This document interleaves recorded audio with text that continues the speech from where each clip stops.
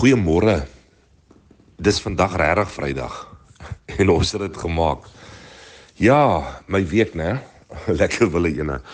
Maar dis regtig Vrydag. Ek beloof jou, dis vandag regtig Vrydag. En is lekker winderig, is lekker koud en ons is geëerd om nog mekaar te kan hê en bevoorreg om saam met mekaar die pad te stap. Ek wil sommer net sê baie dankie. Ek het 'n hele klompie mense gehad wat my gekontak het oor hierdie trippie wat ek doen Sondag op Boshoff toe, na daai boer en sy vrou toe. Baie dankie. Ja, julle is fantasties. Dankie. Ek waardeer dit so baie.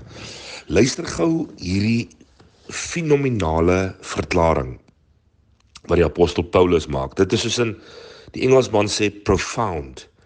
Hy sê dat God in Christus die wêreld met homself versoen het, deur hul misdade nie toe te reken nie, en die woord van die versoening aan ons toe te vertrou.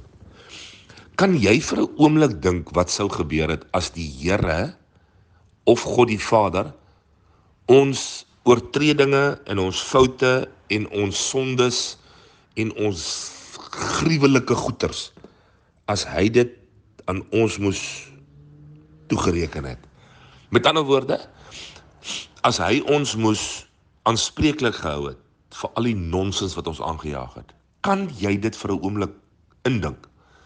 Dit sou die grootste gemors gewees het in hierdie lewe. Maar nee, hy vat hom en hy sit al ons gemors op Jesus Christus.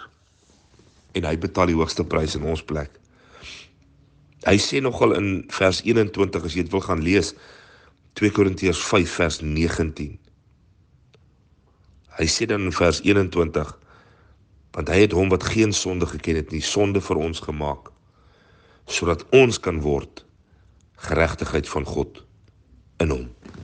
Heerlikheid, ouens, dit is een van die grootste wonders, is die feit dat ek en jy nie aangekla, skuldig bevind en veroordeel is vir wat ons aangevang het. Die grootste geskenk van alles is die feit, ons is vrygespreek sonder om eers in die hof te verskyn. Moet ons nooit vergeet dat hy het hierdie prys vir ons betaal nie. En as daar 'n rede is dat ek en jy konstant die Here kan loof en prys, hierso is jou rede. Ek bid dat jy 'n lekker naweek sal hê. Bid vir ons wat op die pad gaan. Ons ry Sondag net na kerk Boshoff toe. En dan vertrou ons die Here vir ook 'n mooi werk daar. Jy moet 'n fantastiese dag hê. En ja, ek wil weer sê, dit is Vrydag. Lief vir jou, lekker leef.